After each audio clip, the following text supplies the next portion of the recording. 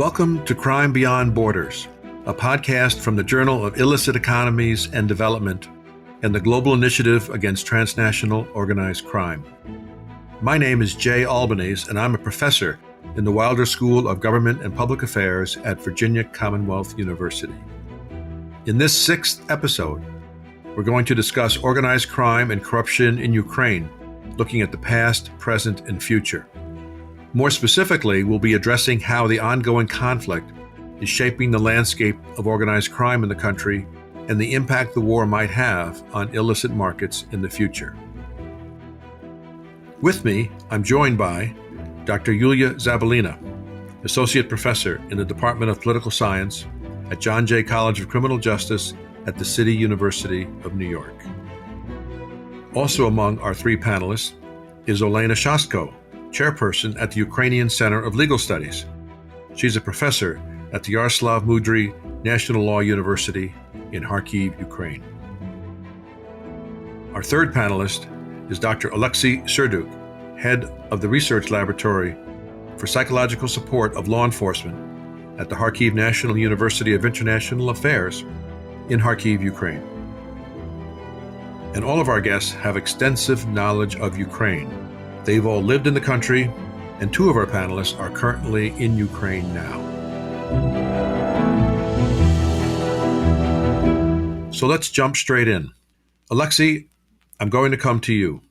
I understand that you are in Ukraine now, and for reference, we are recording in mid-2022. How would you describe what's going on in Ukraine from your vantage point? According to organized crime in Ukraine, we observe a huge transformation now caused by war, but we also have the certain pre-war tendencies, pre-war trends of organized crime. Actually, before the war, we observe increasing the level of organized crime, but Ukrainian specific in these questions, before the revolution in 2014, we observed the decreasing of number of organized crime, number of registered organized crime groups. And in 2012, in Ukraine, a unit for combating of organized crime was destroyed. They disappeared. And Ukrainian organized criminals have vacation for 4 years. And after these 4 years, in 2018, established a new Department of Strategic Investigations. In function of this department is combating of organized crime. So this long period in Ukraine, unit for combating organized crime doesn't exist. From 2012 and 2016, there is nothing special divisions for combating organized crime. So it was vacations for our organized criminal groups. Yuliya, given the work you have done on all kinds of organized crime around the world, in Eastern Europe and elsewhere, how would you characterize the nature of serious organized crime in Ukraine before the Russian invasion in early 2022?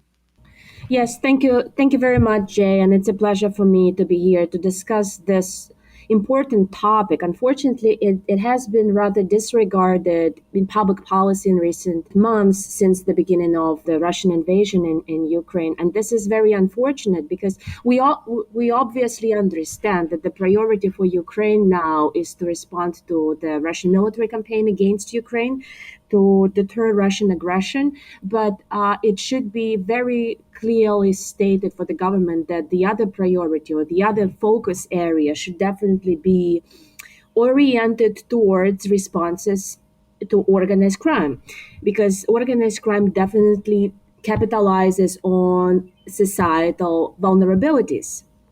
And the war is an opportunity for many criminal organizations operating inside Ukraine. And I can probably expand a little bit more on this. But before I do that, let me go back to the question you asked. So what is the dynamic now taking place in Ukraine in terms of organized crime related to the conflict? And my answer to this would be what conflict is taking place in Ukraine. And in my opinion, there are different kinds of conflicts that Ukraine has been experiencing for the last decade, or a little bit less so. So we all know that there was the revolution, the revolt against the government. The president fled Ukraine. There was a power change in 2014, and the eastern part of the country, for some reason, decided to become independent or join Russia. And I'm referring here to the Lugansk and Donetsk national republics. Those are kind of rebel-controlled territories. So when we speak about that kind of conflict, we were experiencing a frozen conflict between 2014 all the way to 2022, when the actual traditional style militarized campaign was launched by the Russian government against Ukraine. So here we are witnessing a very different kind of conflict. So to me personally, it's important to also to be able to differentiate between different types of conflicts. And Ukraine is not unique in this sense. We know that there are conflicts taking place in other parts of the world. Look at Guatemala or Nigeria or DRC in Africa. So those conflicts are very different there. And there we can experience more of a communal conflict, insurgency, maybe violent extremism, like in the case of Nigeria. This is not what's going on in Ukraine. In Ukraine currently, in my opinion, the biggest issue related to organized crime that we need to look at is twofold. First, individual vulnerabilities of persons. I'm speaking about human trafficking and migrant smuggling, right? And the other crucial illicit market is illicit financial flows, money laundering, capital flight, you name it. And I'm happy to expand on this. But this market is critical to the current situation in Ukraine, because many businessmen want to take the money away of the country. They want to because obviously the environment is not stable, is not favorable for business. Thank you, Yuliya. Very insightful. Now we're going to turn to Olena. I understand that you are a resident of Ukraine. I would love to get your perspective on the circumstances which are aggravating organized crime locally in Ukraine, given the current wartime situation. Thank you, Jay. Firstly, I am happy to be here and talk on this topic. I'd like to give some remarks about Ukrainian organized crime a little before Russian invasion. In 2021, in Ukraine, 499 organized criminal groups are detected. And the number of organized crime members who were prosecuted increased from 598 in 2016 to 2,248 in 2021. Also, it is recorded that members of organized gang committed 4,318 crimes. But if we compare this data with the total number of reported criminal offenses in Ukraine in 2021, it turns out that organized crime account for only 1.3% of the total number of recorded criminally unlawful acts. So, as a criminologist, I may confirm that organized crime in Ukraine is a highly latent phenomenon, and we don't know even its approximate scale. We know that serious organized crime groups are usually active in multiple criminal markets. In Ukraine, this is drug trafficking, counterfeit pharmaceuticals, illegal cigarettes and alcohol, human trafficking, firearms, raiding, illegal timber export, fictitious enterprises. We know about these cases firstly due to investigative journalism publication, as well as through analytical material of domestic and foreign scholars, Europol, Interpol. If we see what happened now, Ukraine, we have a war, Russian war against Ukraine. It's not a conflict, it's a very atrocity war. I see some opportunities that has organized crime in this time. These opportunities, firstly, connected with human trafficking. Human trafficking is a major concern because the war has led to massive displacement of people in Ukraine. Ukrainian law enforcement agencies are involved in detecting and fighting war crimes in the first place. And many personnel of the law enforcement agencies are defending the country instead of combating crime and corruption.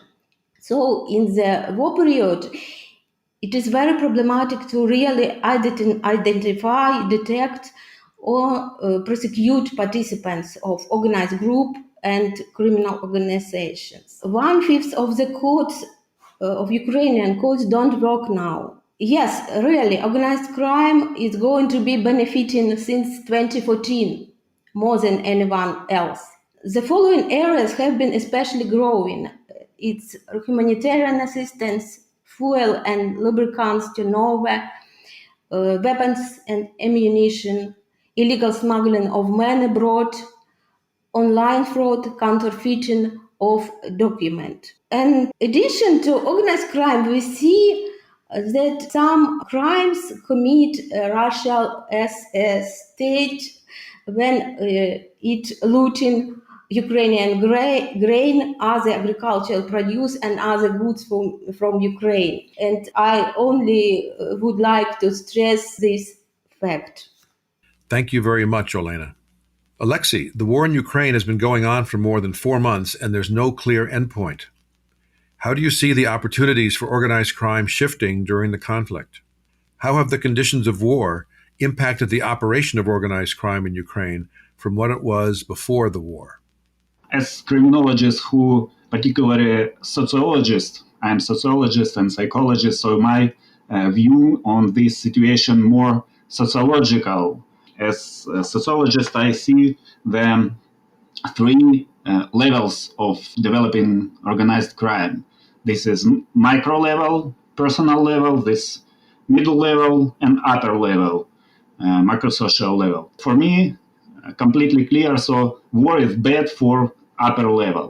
So chains of supply distracted, economy failed, all business goes to abroad, but economy goes to the cash economy, to the shadow sector. It is beneficially for micro level, for persons who involved in organized crime. So lowest level, burglary, robbery, looting, organized, and adding to those statistics who presented by Olena, majority of organized crime groups before the war was inter-regional characters.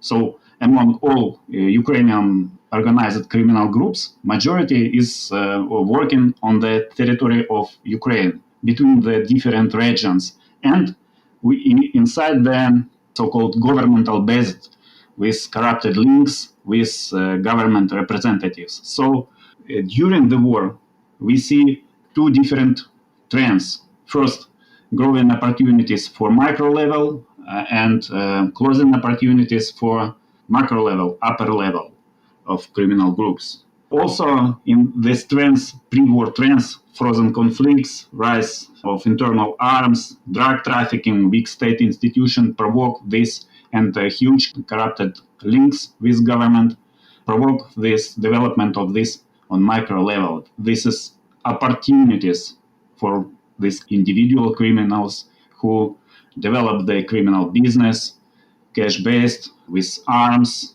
drugs inside the country. But this is micro level. We don't speak about big transnational organized crime. As for me, it's completely understandable that bad for these criminal groups. Great insights. Thank you, Alexey. I'd like to turn now to Yuliya. You have experience both as a researcher and experience in the region, and geography is important here. Ukraine shares borders with 7 countries, and the Black Sea is a key route from Central Asia. How do you see organized crime changing because of border issues related to the conflict? I will probably need to slightly modify your question in light of the fact that the war in Ukraine is not just a Ukrainian issue, right? Because whatever happens in Ukraine at this point is going to inevitably impact neighboring countries. So the entire continent of Europe will be impacted by the conflict in Ukraine. And importantly, as we'll look at organized crime, we definitely need to look beyond Ukraine at Russia, because Russia is currently under sanctions, and that gives a lucrative opportunity to criminal groups operating in Russia. What remains a mystery to me, and we just don't have sufficient data to be able to clarify the relationship between organized criminal groups in Ukraine and organized criminal groups in Russia. The question is, are they in war with each other because of the war in Ukraine, or can they build partnerships and go along the line of business as usual? And I'm not, as I said, I don't think we have sufficient data to be able to resolve this. And the reason why I'm saying this, that there's demand for illicit services in Russia and there's demand for illicit services in Ukraine. And those demands are of a cross-border nature. We mentioned trafficking in persons. Obviously, many refugees will be living in Ukraine and they will be in a vulnerable position. And they may be exploited by criminal organizations from Ukraine as well as from criminal organizations in Europe. And they don't have to be of Eastern European origin. They could be from Central Europe, or maybe Albanians, or maybe we know that Albanians have previously exploited Ukrainian women for human trafficking crimes. So that may repeat. And as I said in my previous intervention, it's very important that the law enforcement organizations, units in the European Union are capable of mitigating those situations of vulnerability. I'm sure most of you are familiar with the Home Affairs Council issuing a 10-point plan on stronger European coordination and welcoming people fleeing the war against Ukraine. And those 10 points prioritize building EU-wide platforms for registration and exchange of information related to incoming refugees from Ukraine. They also cover mapping reception capacity and accommodation facilities. So it's a very elaborated 10-point plan. My hope is that that plan will be efficiently implemented so that those persons in position of vulnerability will not be captivated by criminal organizations. And definitely, as you asked about the borders, Jay, I would say that the critical point is the border between Ukraine and Poland and other Eastern European countries of the European Union. Maybe this is a question to other panelists. I'm not sure the border with the Black Sea is of such an importance, of such a critical importance at the moment. I'm not sure about that. So it's mostly that the focus area should be on land borders, particularly given that there is no air traffic, or there's not much air traffic out of Ukraine or into Ukraine. Olena, you had a comment on what Yuliya was talking about? I'd like to add to Yuliya's point of view. When we talk about Ukrainian organized crime, we cannot forget about Russian organized crime. It is important to stress that Russian organized crime families have very close ties with Ukrainian organized crime since the 1990s.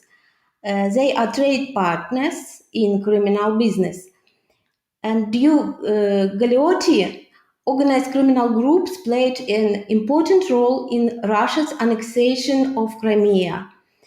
It is noticed that organized crime groups in Donetsk and Lugansk region in 2014 helped Russian special forces to capture power.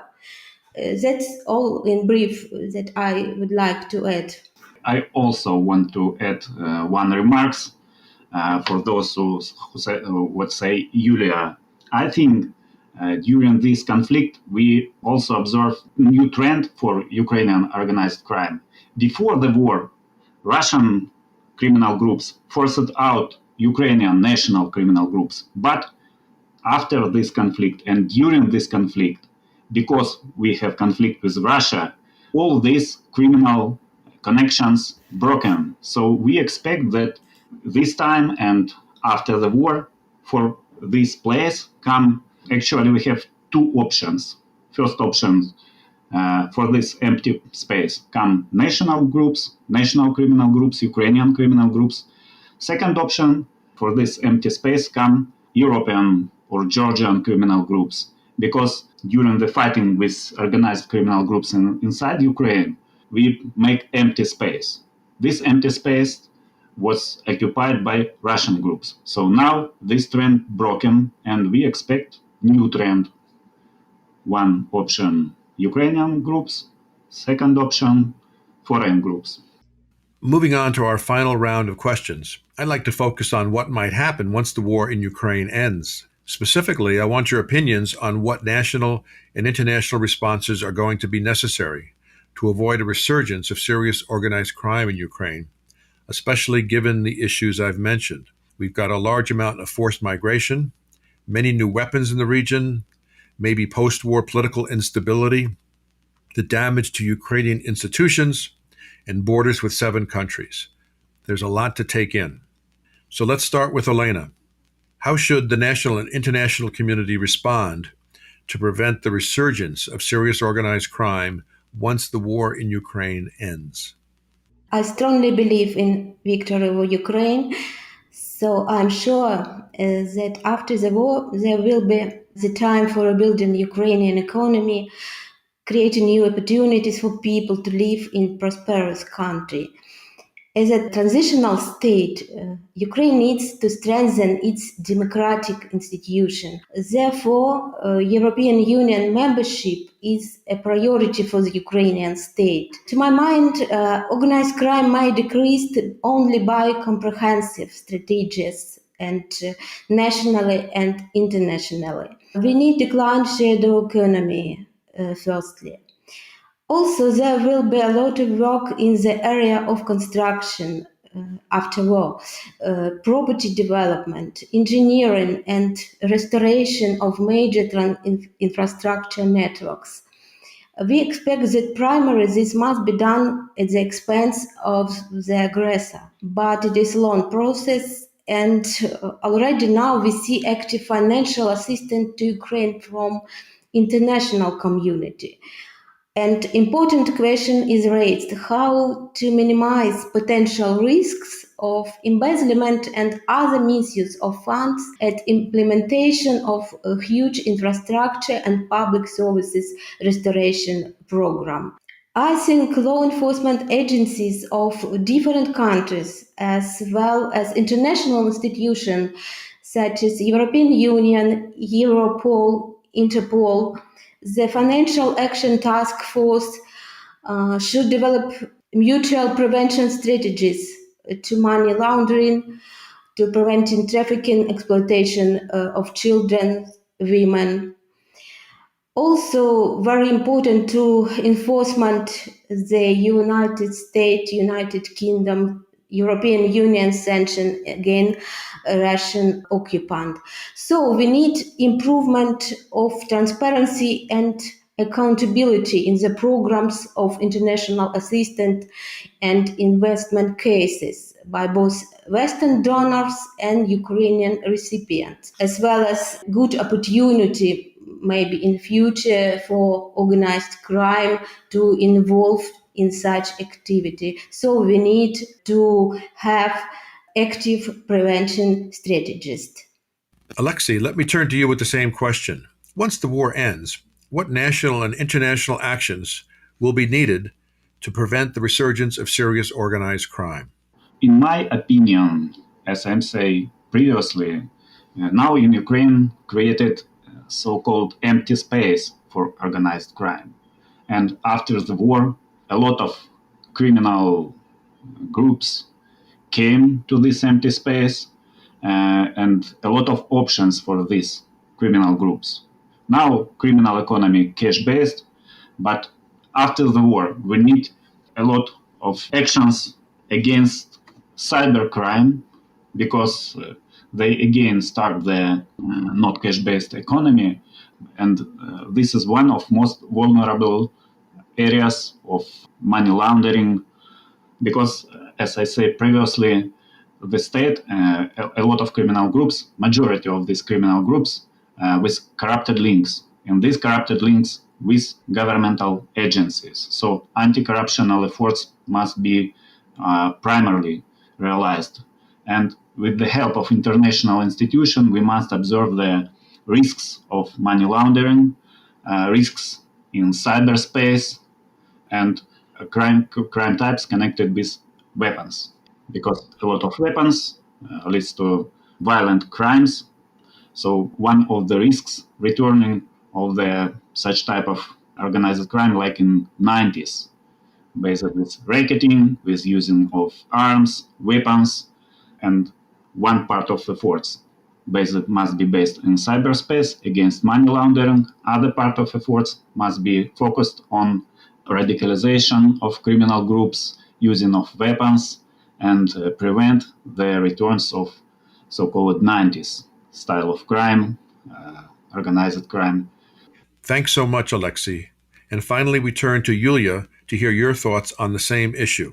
I'm very happy about the way you formulated the question, when the war ends. So once the war ends. So the hope that I cherish in my heart is that it's going to be very soon. And perhaps timing is a critical variable, a critical factor in my answer to your question. So how much time will organized criminal groups have to adjust to the new economy, to the economy of a war, the conflict economy, right? So if criminal organizations will be able to embed themselves deeply into the social morphology, capitalizing on vulnerabilities, then dismantling those criminal organizations would take a big effort on behalf of state institutions. So the sooner this ends, the more likely that the Ukrainian state, the new government, will be able to respond with some efficiency and effectiveness to criminal organizations. The longer it takes and the more criminal organizations join in, local or domestic or international organizations, the more difficult it will be to control them and to put them back under, as I said, control. And that takes me to one of the responses to your question, is that strengthening institutions, state institutions, will be perhaps priority number one as the war is over. And the second one that I wanted to emphasize is the market and firearms. And it has already been mentioned by Alexey.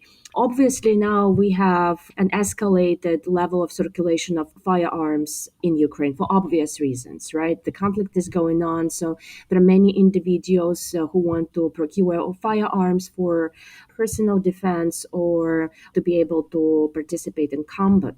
So, and once the war is over, there should be a way to demobilize and disarm the population. And that may be a challenge because many people may feel insecure about the situation. They may be more interested in hiding the firearms in their backyard or garage or you name it. So, and circulating unregistered, circulating firearms is never a good story for a country, right? It's never a good idea. I know from policy discussions that this has been one of issues of importance for European Union countries as well as the United States, raising the question, should we send firearms to Ukraine? Well, my answer to this is the dangers that come with the illicit firearms market should not be put as a priority over national defense. So in my opinion, the Western countries should still support Ukraine by supplying firearms so that the Ukrainian population, the Ukrainian army have the means to respond to the Russian aggression. This said, the answer, or something that ties in back to your question, Jay, is something on the policy level needs to be done to disarm the population when the conflict is over. And I know that was an issue for Colombia, that was an issue for Russia's Chechnya back in the day, that it may take a decade to disarm the population. So this is what's coming up for Ukraine in a few lines. Thank you, Yuliya, and I would like to thank you all for your insights. What makes this podcast particularly interesting is the fact that not only are we talking about the past, present, and future of organized crime and corruption in Ukraine, but also that we're hearing from people with lived experiences of the crime and justice issues there. So thank you all for joining us in a very informative discussion.